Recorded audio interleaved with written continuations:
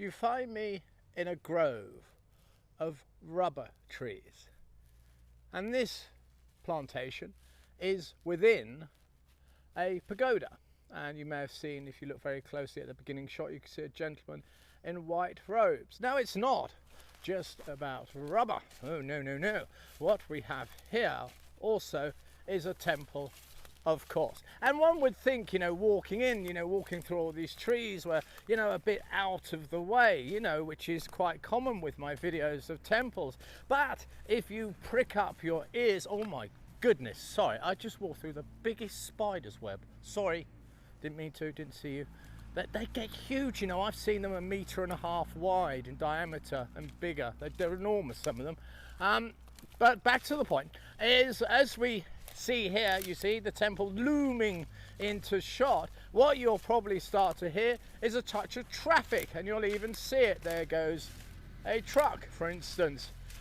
Because this temple was built on an ancient roadway that led from the kingdom, the capital of the Khmer Empire, being Angkor Wat, all the way north through Thailand, because that is where we are.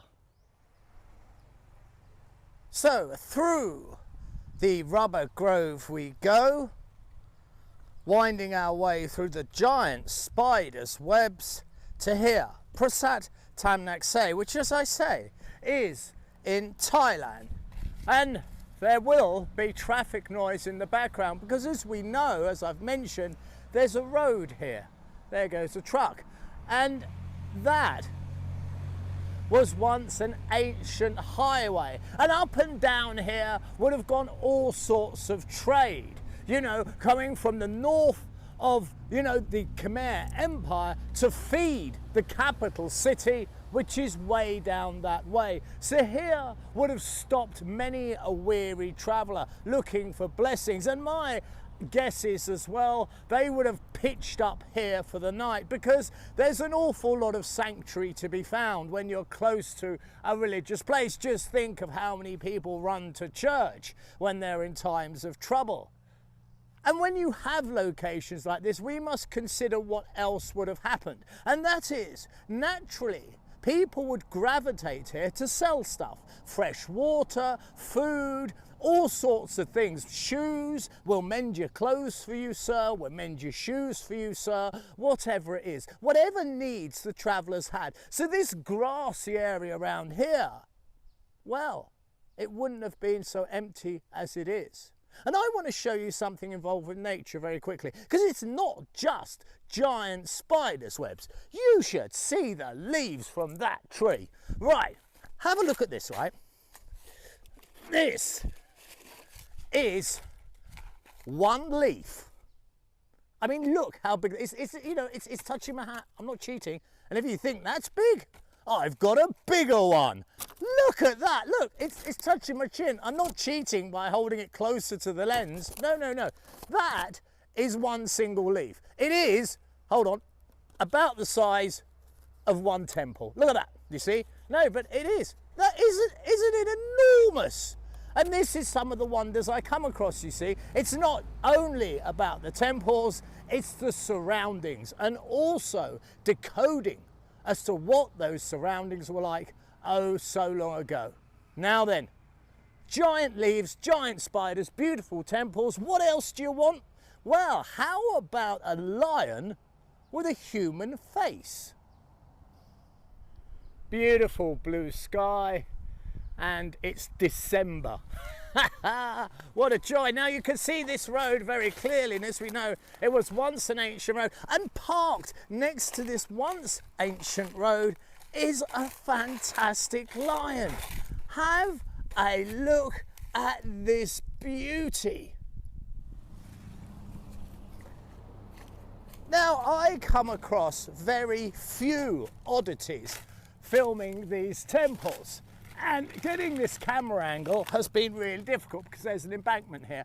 But you, my friend, are absolutely worth it. It is without doubt a lion. And you must excuse the shading and so on. I can't change the light on this one.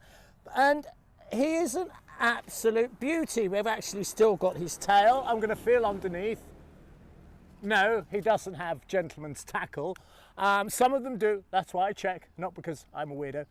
And he's a complete oddity. I have never ever seen anything like this. And we can clearly say here, the eyes, the nose, the mouth, that this is a form of human face. Now, why Mr. Lion is sitting next to this once ancient road, next to his chum, the Prasad, and why he's so unique, I can actually see here on his sides, there's ears, and they're exactly the same as human ears.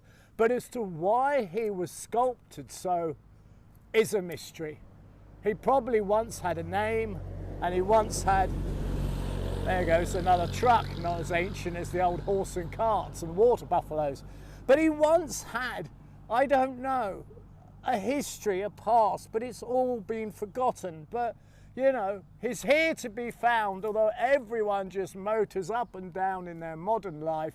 This gentleman has been here for nigh on 1,000 years, and he has seen it all. Now, I have seen this before, where there's bits of original temple which are just outside in Thailand. I don't know why that is. I've only filmed 4 temples here, and it's the second time I've seen that practice.